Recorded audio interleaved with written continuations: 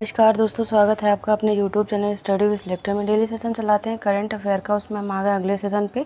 आज जो हमारा सेशन होगा वो होगा 29 अगस्त का सेशन, हमारा डेली का सेशन होता है। उसमें हम आपको जो करंट के ऑब्जेक्टिव टाइप के क्वेश्चन होते हैं वो करवाते हैं। एक क्वेश्चन लास्ट वीडियो में आपसे पूछते हैं, उसका आंसर देते हैं, और एक क्वेश्चन डेली आपसे पूछते हैं जिसका आंसर आपको हमें कमेंट बॉक्स में देना होता है। डेली का सेशन होता है। आज नया सेशन होगा वो होगा 29 अगस्त का सेशन। तो आज का सेशन शुरू करने से पहले आप लोगों से अपील है, यदि आपने अभी तक हमारे चैनल स्टडी विद सेलेक्टर को सब्सक्राइब नहीं किया तो प्लीज़ सब्सक्राइब कर ले, बेल आइकन जरूर प्रेस करें। सबसे पहले हमारे वीडियो का नोटिफिकेशन आप तक पहुंचता रहे। आपको हमारा वीडियो पसंद आए तो वीडियो को लाइक करें, दोस्तों तक जरूर शेयर करें। चलिए शुरू करते हैं आज का सेशन। देखते हैं पहला क्वेश्चन क्या कह रहा है। कह रहा है हाल ही में परमाणु परीक्षण के विरुद्ध अंतर्राष्ट्रीय दिवस कब मनाया गया। हाल ही में परमाणु परीक्षण के विरुद्ध अंतर्राष्ट्रीय दिवस कब मनाया गया। करेक्ट आंसर हमारा ऑप्शन ए हो जाएगा। अभी हाल ही में 29 अगस्त को परमाणु परीक्षण के विरुद्ध अंतर्राष्ट्रीय दिवस मनाया गया। तो करेक्ट आंसर हमारा क्या हो जाएगा, ऑप्शन ए हो जाएगा, 29 अगस्त। बात करें तो 2024 के परमाणु परीक्षण विरोधी अंतर्राष्ट्रीय दिवस का विषय है शून्य का मार्ग, परमाणु निरस्त्रीकरण और अप्रसार में संयुक्त राष्ट्र की भूमिका। वो इस बार की जो है 2024 की परमाणु परीक्षण विरोधी अंतर्राष्ट्रीय दिवस की थीम है। यह दिवस संयुक्त राष्ट्र के सदस्यों द्वारा 29 अगस्त को मनाया जाता है। आगे देख लेते हैं 29 अगस्त को और क्या मनाया जाता है। 29 अगस्त को राष्ट्रीय खेल दिवस भी मनाया जाता है। मेजर ध्यानचंद की जयंती के उपलक्ष्य में 29 अगस्त को राष्ट्रीय खेल दिवस भी मनाया जाता है। अगला क्वेश्चन देखते हैं। कह रहा है हाल ही में किसे आईसीसी का चेयरमैन नियुक्त किया गया। किसे आईसीसी का चेयरमैन नियुक्त किया गया। करेक्ट आंसर हमारा ऑप्शन बी हो जाएगा। अभी हाल ही में जय शाह को, जो बीसीसीआई के अध्यक्ष, उनको अभी हाल ही में आईसीसी का चेयरमैन नियुक्त किया गया। तो करेक्ट आंसर हमारा ऑप्शन बी हो जाएगा। बात करें तो भारतीय क्रिकेट कंट्रोल बोर्ड यानी बीसीसीआई के सचिव, जो सचिव हैं जय शाह, उनको अंतर्राष्ट्रीय क्रिकेट परिषद के नए चेयरमैन के रूप में निर्विरोध चुना गया है। 35 साल की उम्र में शाह इस पद पर पहुंचने वाले पहले युवा व्यक्ति बन गए हैं। जगमोहन डालमिया 1997 से 2000 तक आईसीसी अध्यक्ष के रूप में कार्य करने वाले पहले भारतीय थे। उनके बाद शरद पवार 2010 से 2012 तक इस पद पर रहे हैं। साल 2016 में आईसीसी ने अध्यक्ष पद को समाप्त कर दिया और चेयरपर्सन की भूमिका शुरू की। 2016 में जो अध्यक्ष पद था उसको समाप्त कर दिया था और चेयरपर्सन की जो है वो भूमिका शुरू कर दी थी। और जो जय शाह हैं वो 1 दिसंबर से अपना कार्यभार संभालेंगे। आईसीसी के जो मौजूदा चेयरमैन हैं ग्रेग बार्कले का कार्यकाल 30 नवंबर को समाप्त हो रहा है। उसके बाद जय शाह अपना जो है नया कार्यकाल संभालेंगे 1 दिसंबर से। अगला क्वेश्चन कह रहा है हाल ही में भारत ने किस देश के साथ सुरक्षा आपूर्ति व्यवस्था पर हस्ताक्षर किए हैं। भारत ने किस देश के साथ सुरक्षा आपूर्ति व्यवस्था पर हस्ताक्षर किए हैं। करेक्ट आंसर हमारा ऑप्शन बी हो जाएगा। अभी हाल ही में भारत ने अमेरिका के साथ सुरक्षा आपूर्ति व्यवस्था पर हस्ताक्षर किए हैं। तो करेक्ट आंसर हमारा ऑप्शन बी हो जाएगा। अमेरिका की बात करें तो राजधानी यहाँ की वाशिंगटन डीसी और मुद्रा डॉलर है। बांग्लादेश की राजधानी ढाका और यहाँ की मुद्रा टका है। रूस की राजधानी मॉस्को और यहाँ की मुद्रा रूबल। यूक्रेन की राजधानी कीव और यहाँ की मुद्रा क्या है, रिबनिया यहाँ की मुद्रा का नाम है। बात करें तो भारत और अमेरिका ने एक नए रक्षा समझौते शोशा पर हस्ताक्षर किए हैं, जो दोनों देशों को रक्षा उपकरणों की आपूर्ति में सहायता करेगा। यह समझौता दोनों देशों के डिफेंस सेक्टर में नए व्यावसायिक अवसरों का दरवाजा खोलेगा। राजनाथ सिंह की अमेरिकी यात्रा के दौरान सिक्योरिटी ऑफ सप्लाई अरेंजमेंट यानी शोशा पर हस्ताक्षर किए गए हैं। जो हमारे रक्षा मंत्री हैं राजनाथ सिंह, वो अमेरिकी यात्रा पर गए थे, तो वहाँ पर इस पर अभी हाल ही में साइन किए गए हैं भारत और अमेरिका के द्वारा। अगला क्वेश्चन देखते हैं। कह रहा है हाल ही में किसके द्वारा यूनिफाइड लैंडिंग इंटरफेस लॉन्च किया गया है। किसके द्वारा यूनिफाइड लैंडिंग इंटरफेस यानी यूएलआई लॉन्च किया गया है। हमारा करेक्ट आंसर ऑप्शन बी हो जाएगा। अभी हाल ही में आरबीआई के द्वारा यूनिफाइड लैंडिंग इंटरफेस जो है वो लॉन्च किया गया है। तो करेक्ट आंसर ऑप्शन बी हो जाएगा। बात करें तो भारतीय रिजर्व बैंक के प्रौद्योगिकी प्लेटफॉर्म यूनिफाइड लैंडिंग इंटरफेस को जल्द ही पूरे देश में लॉन्च किया जाएगा, जो बिना किसी बाधा के ऋण उपलब्ध कराता है। यूएलआई कई डेटा सेवा प्रदाताओं से ऋणदाताओं तक विभिन्न राज्यों के भूमि रिकॉर्ड सहित डिजिटल जानकारी के निर्बाध प्रवाह की सुविधा प्रदान करता है। यह विशेष रूप से छोटे और ग्रामीण उधारकर्ताओं के लिए ऋण मूल्यांकन के लगने वाले समय को कम करता है। यूएलआई आर्किटेक्चर में सामान्य और मानकीकृत एप्लीकेशन प्रोग्रामिंग इंटरफेस है, जो प्लग्ड एंड प्ले दृष्टिकोण के लिए डिज़ाइन किए जाते हैं। ताकि विभिन्न स्रोतों से जानकारी तक डिजिटल पहुंच सुनिश्चित की जा सके, यानी संभावित उधारकर्ता को ऋण देने वाले ऋणदाता के लिए प्रासंगिक जानकारी जो है वो प्रदान की जा सके। अगला क्वेश्चन देखते हैं, कह रहा है हाल ही में किस राज्य सरकार ने मुख्यमंत्री सुख शिक्षा योजना की शुरुआत की है। किस राज्य के मुख्यमंत्री के द्वारा सुख शिक्षा योजना की अभी हाल ही में शुरुआत की गई है। हमारा करेक्ट आंसर ऑप्शन बी हो जाएगा। अभी हाल ही में हिमाचल प्रदेश के जो सीएम है सुखविंदर सिंह सुक्खू, उनके द्वारा मुख्यमंत्री सुख शिक्षा योजना की शुरुआत की गई। तो करेक्ट आंसर हमारा ऑप्शन बी हो जाएगा। हिमाचल प्रदेश की बात करें तो राजधानी शिमला और स्थापना दिवस है 25 जनवरी 1971। यहाँ के जो गवर्नर है शिव प्रताप शुक्ल और यहाँ के सीएम है सुखविंदर सिंह सुक्खू, यहाँ के सीएम का नाम है। बात करें तो हिमाचल प्रदेश मंत्रिमंडल ने मुख्यमंत्री सुखविंदर सिंह सुक्खू की अध्यक्षता में शिमला में एक बैठक में एक नई योजना मुख्यमंत्री सुख शिक्षा योजना की मंजूरी दी है। इस योजना का उद्देश्य सामाजिक और आर्थिक रूप से कमजोर महिलाओं और विकलांग बच्चों के अभिभावकों को उनके बच्चों की शिक्षा और कल्याण को सक्षम करने के लिए वित्तीय सहायता प्रदान करना है। राज्य के जो ये व्यक्ति हैं मुख्यमंत्री सुख शिक्षा योजना के तहत लाभ के पात्र होंगे। कौन से व्यक्ति? विधवाओं, निराश्रित महिलाओं, तलाकशुदा महिलाओं के बच्चे जो होंगे, विकलांग बच्चों के माता पिता। पात्र महिलाओं और विकलांग बच्चों के जो माता पिता उनकी आय प्रतिवर्ष 1 लाख रुपए से अधिक नहीं होनी चाहिए। जो इस योजना के तहत लाभ के पात्र होंगे उनके लिए ये क्राइटेरिया रखा गया है। आगे बढ़ते हैं, अगला क्वेश्चन कह रहा है हाल ही में किस राज्य के पंपादुम 16 राष्ट्रीय उद्यान में गोग्रोनिमा पौधे की एक नई प्रजाति गोग्रोनिमा शशिधरनी की खोज की गई है। किस राज्य के पंपादुमा 16 राष्ट्रीय उद्यान में गोग्रोनिमा पौधे की एक नई प्रजाति गोग्रोनिमा शशिधरनी की खोज की गई है। हमारा करेक्ट आंसर क्या हो जाएगा? ऑप्शन ए हो जाएगा। केरल का में स्थित है ये राष्ट्रीय उद्यान पंपादुम 16, जहाँ पर गोग्रोनिमा शशिधरनी नाम की एक नई प्रजाति की खोज की गई। करेक्ट आंसर ऑप्शन ए हो जाएगा।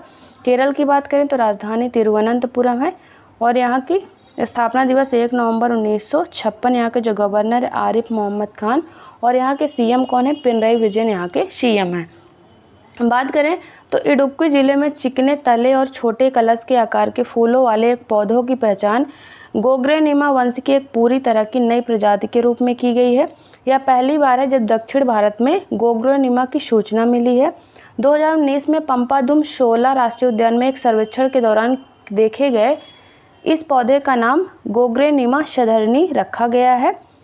भारत में गोग्रोनिमा वंश का प्रतिनिधित्व अब तक केवल 3 प्रजातियों द्वारा किया गया, जो पूर्वोत्तर भारत, उत्तर प्रदेश और पंजाब और पश्चिम बंगाल में पाई जाती हैं। पंपादुम 16 राष्ट्रीय उद्यान की बात करें तो ये केरल के उडुक्की जिले में स्थित सबसे छोटा राष्ट्रीय उद्यान है। यह तमिलनाडु के डिंडीगुल जिले के कोडाई कनाल की सीमा पर स्थित है। यह पार्क प्रस्तावित पलानी हिल्स वन्यजीव अभयारण्य और राष्ट्रीय उद्यान के भीतर अलीनगरम आरक्षित वन से सटा हुआ है। यह वंदराऊ चोटी तक फैली पलानी पहाड़ियों का एक हिस्सा भी है। ये जो पंपादुम 16 राष्ट्रीय उद्यान है उसके बारे में कुछ जानकारी थी। आगे देखते हैं, अगला क्वेश्चन कह रहा है हाल ही में किसने फार्मूला 1 डच ग्रैंड प्रिक्स जीती है। किसने अभी हाल ही में फार्मूला 1 डच ग्रैंड प्रिक्स अपने नाम की है। तो करेक्ट आंसर हमारा ऑप्शन बी हो जाएगा। लैंडो नॉरिस ने अभी हाल ही में फार्मूला 1 डच ग्रैंड प्रिक्स अपने नाम की है। तो करेक्ट आंसर हमारा क्या हो जाएगा? ऑप्शन बी हो जाएगा, लैंडो नॉरिस। बात करें तो लैंडो नॉरिस ने अपने कैरियर की दूसरी जीत दर्ज की है। उन्होंने डच ग्रैंड प्रिक्स में मैक्स वर्स्टैपन को 20 सेकंड से अधिक समय से पीछे छोड़ दिया है। चार्ल्स लेक्लर्क ने पोडियम पर अंतिम स्थान प्राप्त किया और तीसरे स्थान पर रहे हैं। ऑस्कर पियास्ट्री अपने टीमी साथी नॉरिस की गति से मेल नहीं खा सके, उन्हें चौथे स्थान से संतोष करना पड़ा और जो कार्लोस सैंज हैं वो 5वें स्थान पर रहे हैं। तो पहले स्थान पर लैंडो नॉरिस, दूसरे पे मैक्स वर्स्टैपन और तीसरे स्थान पर चार्ल्स लेक्लर्क थे और चौथे स्थान पे थे ऑस्कर पियास्ट्री और 5वें स्थान पे रहे हैं कार्लोस सैंज। आगे देखते हैं, अगला क्वेश्चन कह रहा है हाल ही में किस राज्य की विधानसभा ने बेटियों की शादी के लिए न्यूनतम उम्र 21 साल करने वाला विधेयक पारित किया है। किस स्टेट गवर्नमेंट के द्वारा जो है अभी हाल ही में बेटियों की शादी की न्यूनतम उम्र 21 साल करने वाला विधेयक पारित किया गया है। करेक्ट आंसर हमारा ऑप्शन ए हो जाएगा। हिमाचल प्रदेश गवर्नमेंट के द्वारा अभी हाल ही में बेटियों की शादी की उम्र जो है न्यूनतम उम्र 21 साल करने का विधेयक पारित किया गया। करेक्ट आंसर ऑप्शन ए हो जाएगा। हिमाचल प्रदेश की बात करें तो राजधानी शिमला, स्थापना दिवस है 25 जनवरी 1971। यहाँ के जो गवर्नर हैं शिव प्रताप शुक्ल और यहाँ के सीएम हैं सुखविंदर सिंह सुक्खू। हिमाचल प्रदेश विधानसभा ने महिलाओं की विवाह आयु 18 से बढ़ाकर 21 वर्ष करने संबंधी विधेयक पारित कर दिया है। राज्य में बाल विवाह अधिनियम 2006 और इससे संबंधित अधिनियमों में संशोधन कर लड़कियों की विवाह की न्यूनतम आयु बढ़ाकर 21 वर्ष करने का प्रस्ताव है। तो हिमाचल प्रदेश विधानसभा के द्वारा अभी हाल ही में ये विधेयक पारित किया गया है, जिसमें लड़कियों की जो आयु है विवाह की वो 18 से बढ़ाकर 21 कर दी गई है। अगला क्वेश्चन कह रहा है हाल ही में किस राज्य में बर्ड फ्लू का ताज़ा मामला सामने आया। किस राज्य में बर्ड फ्लू का ताज़ा मामला अभी हाल ही में सामने आया है। हमारा करेक्ट आंसर ऑप्शन डी हो जाएगा। अभी हाल ही में उड़ीसा में बर्ड फ्लू का जो ताज़ा मामला है वो सामने आया है। तो करेक्ट आंसर ऑप्शन डी हो जाएगा। उड़ीसा की बात कर लेते हैं तो राजधानी भुवनेश्वर और स्थापना दिवस 1 अप्रैल 1936। यहाँ के जो गवर्नर है रघुबर दास और यहाँ के सीएम कौन है, मोहन चरण मांझी जो है यहाँ के सीएम का नाम है। बात करें तो भारत में बर्ड फ्लू या एवियन इन्फ्लुएंजा की घटना उड़ीसा से सामने आई है, जहाँ जिला प्रशासन ने एक मुर्गी पालन फार्म में एवियन इन्फ्लुएंजा के H5N1 प्रकार की पुष्टि के बाद 11,700 अधिक मुर्गियों को मार डाला गया है। इससे पहले अप्रैल 2024 में केरल के आलापुझा जिले में बतखों के बर्ड फ्लू पाए जाने के कारण वहां पर बर्ड फ्लू के फैलने से रोकने के लिए बड़े पैमानों पर बतखों को भी मार दिया गया था। अब भारत में एवियन इन्फ्लुएंजा वायरस H5N1 के प्रकोप का पहला मामला कब आया था? फरवरी 2006 में महाराष्ट्र के नंदुरबार जिले के नवापुर तहसील के स्थित एक पोल्ट्री फार्म से सामने आया था। बर्ड फ्लू का हालिया मामला उड़ीसा के पुरी जिले में स्थित पिपली शहर के एक मुर्गी पालन फार्म से आया है। मुर्गी पालन फार्म में मुर्गियों की सामूहिक मौत की रिपोर्ट के बाद स्थानीय अधिकारियों ने जो संक्रमित मुर्गी हैं उनके शवों को परीक्षण के लिए राष्ट्रीय उच्च सुरक्षा पशु रोग संस्थान भोपाल भेजा, जहां पर पक्षियों के शवों में H5N1 वायरस की पुष्टि दर्ज की गई है। तो ये उड़ीसा के पुरी जिले के पिपली शहर में इसका अभी हाल ही में नया मामला सामने आया है। अगला क्वेश्चन कह रहा है हाल ही में केंद्रीय वित्त मंत्री निर्मला सीतारमण ने कहां पर जीएसटी भवन का उद्घाटन किया है। जो हमारी केंद्रीय वित्त मंत्री है निर्मला सीतारमण, उन्होंने कहां पर जीएसटी भवन का भी हाल ही में उद्घाटन किया है। हमारा करेक्ट आंसर ऑप्शन ए हो जाएगा। राजस्थान में अभी हाल ही में हमारे वित्त मंत्री निर्मला सीतारमण के द्वारा नए जीएसटी भवन का उद्घाटन किया गया है। करेक्ट आंसर ऑप्शन ए हो जाएगा। राजस्थान की बात करें तो राजधानी यहाँ की जयपुर है। स्थापना दिवस 30 मार्च 1949। यहाँ के जो गवर्नर हैं हरिभाऊ किशन राव बागड़े और यहाँ के सीएम हैं भजन लाल शर्मा, यहाँ के सीएम का नाम है। बात करें तो केंद्रीय वित्त मंत्री निर्मला सीतारमण ने उदयपुर में हिरणमगरी क्षेत्र में स्थित नए जीएसटी भवन का उद्घाटन किया है। जीएसटी भवन में एक conference hall, meeting hall, data analytics cell, library, पूछताछ सेल और एक गेस्ट हाउस भी शामिल हैं।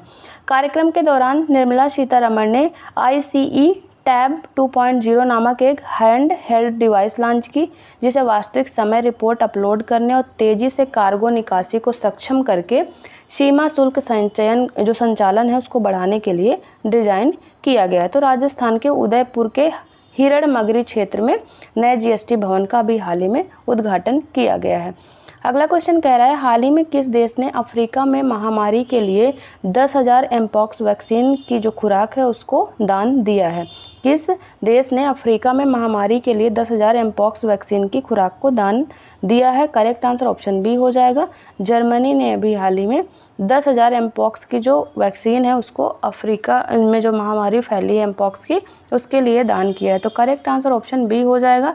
जर्मनी की बात कर लेते हैं तो राजधानी यहाँ की क्या है? बर्लिन और मुद्रा है यूरो। भारत की राजधानी नई दिल्ली और मुद्रा यहाँ की रुपया। चीन की राजधानी बीजिंग और मुद्रा है युआन या रेनमिनबी।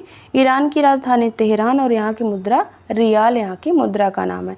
नाइजीरिया को एमपॉक्स से निपटने के लिए वैक्सीन की 10,000 खुराकें प्राप्त हुई हैं, जिससे वह इस बीमारी के वर्तमान प्रकोप के बीच वैक्सीन प्राप्त करने वाला पहला अफ्रीकी देश बन गया है, जिसे मंकी पॉक्स कहा गया है। तो मतलब अफ्रीका में भी नाइजीरिया ऐसा देश बन गया है जिसको जो एम पॉक्स है उसकी वैक्सीन प्राप्त हुई, तो वो पहला अफ्रीकी देश भी नाइजीरिया ही बन गया है।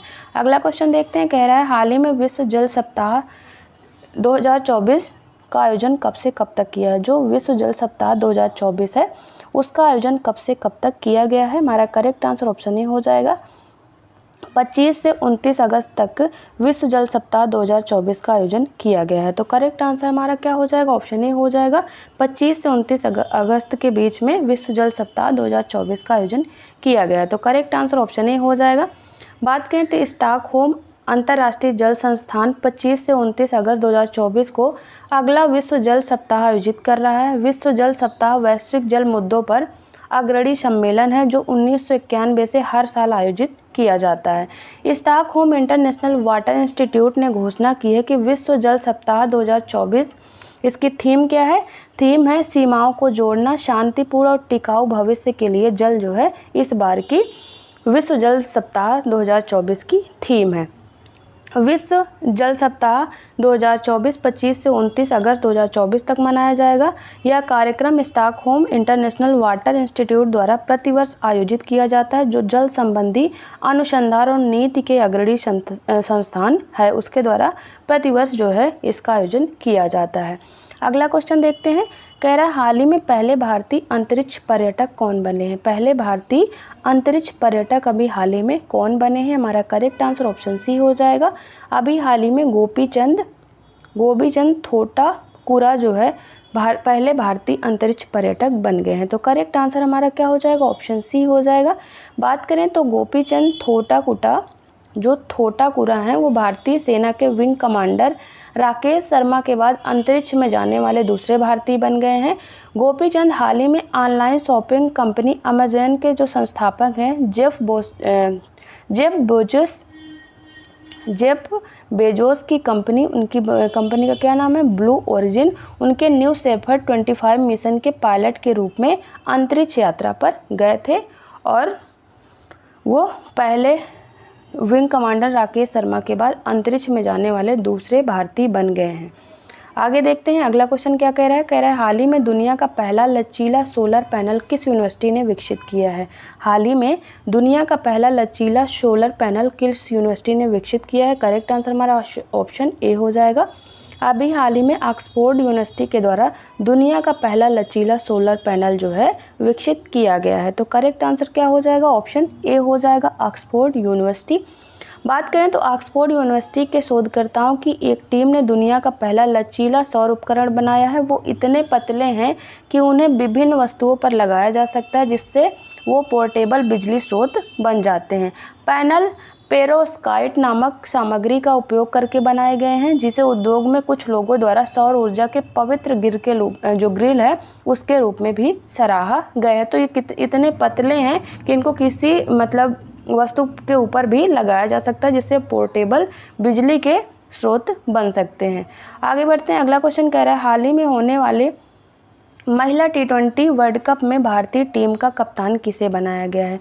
जो होने वाला है महिला T20 वर्ल्ड कप उसमें भारतीय टीम का कप्तान T20 वर्ल्ड कप उसमें भारतीय टीम का कप्तान किसे बनाया गया है? करेक्ट आंसर हमारा ऑप्शन ए हो जाएगा। हरमनप्रीत कौर को महिला T20 वर्ल्ड कप के लिए भारतीय टीम का कप्तान बनाया गया है। करेक्ट आंसर ऑप्शन ए हो जाएगा हरमनप्रीत कौर। बात करें तो BCCI ने टूर्नामेंट के लिए 15 सदस्यीय भारतीय टीम की घोषणा की है जिसमें हरमनप्रीत कौर को कप्तान और स्मृति मंदाना को उप कप्तान बनाया गया है।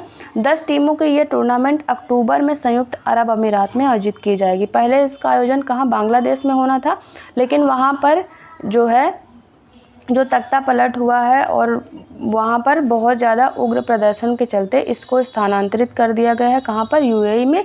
लेकिन जो मेज़बानी है वो अब भी बांग्लादेश के पास ही है। इस तरह से जो हमारे ऑब्जेक्टिव टाइप के क्वेश्चन होते हैं वो ख़त्म होते हैं। एक क्वेश्चन डेली आपसे पूछते हैं जिसका आंसर आपको हमें कमेंट बॉक्स में देना होता है। क्वेश्चन कह रहा है हाल ही में पृथ्वी के ध्रुवों को अध्ययन करने के लिए फ्रेम 2 मिशन लॉन्च करने की घोषणा किसने की है? पृथ्वी के ध्रुवों का अध्ययन करने के लिए फ्रेम 2 मिशन लॉन्च करने की घोषणा किसने की है? Option A SpaceX, option B ISRO, option C NASA या ऑप्शन डी JAXA। तो इसका आंसर आप हमें कमेंट बॉक्स में ज़रूर दें। अब एक क्वेश्चन जो लास्ट वीडियो में आपसे पूछे थे उसका आंसर देख लेते हैं। क्वेश्चन था हाल ही में किस देश ने black hole finder app launch किया है? किस देश ने black hole finder app launch किया है? तो आंसर हो जाएगा नीदरलैंड। अभी हाल ही में नीदरलैंड ने ब्लैक होल फाइंडर ऐप जो है लॉन्च किया है। इस तरह से जो हमारा डेली का सेशन होता है वो ख़त्म होता है। और डिस्क्रिप्शन में हमारे टेलीग्राम चैनल का लिंक दिया है, वहाँ से आप हमारे टेलीग्राम चैनल को ज़रूर ज्वाइन करें। ऊपर डेली सेशन चलाते हैं, उसकी PDF आपको एकदम फ्री में अवेलेबल रहती है और साथ में सारे क्वेश्चन के आंसर दिए रहते हैं, जिससे आपको रिवीजन में आसानी होगी। तो आप हमारे टेलीग्राम चैनल को ज़रूर ज्वाइन करें। और जाने से पहले आप लोगों से अपील है, यदि आपने अभी तक हमारे चैनल स्टडी विद सिलेक्टर को सब्सक्राइब नहीं किया तो प्लीज़ सब्सक्राइब कर ले, बेल आइकन जरूर प्रेस करें। सबसे पहले हमारे वीडियो का नोटिफिकेशन आप तक पहुंचता है। आपको हमारा वीडियो पसंद आए तो वीडियो को लाइक करें और दोस्तों तक जरूर शेयर करते रहें। चलिए मिलते हैं आपसे नेक्स्ट वीडियो में, तब तक के लिए थैंक यू।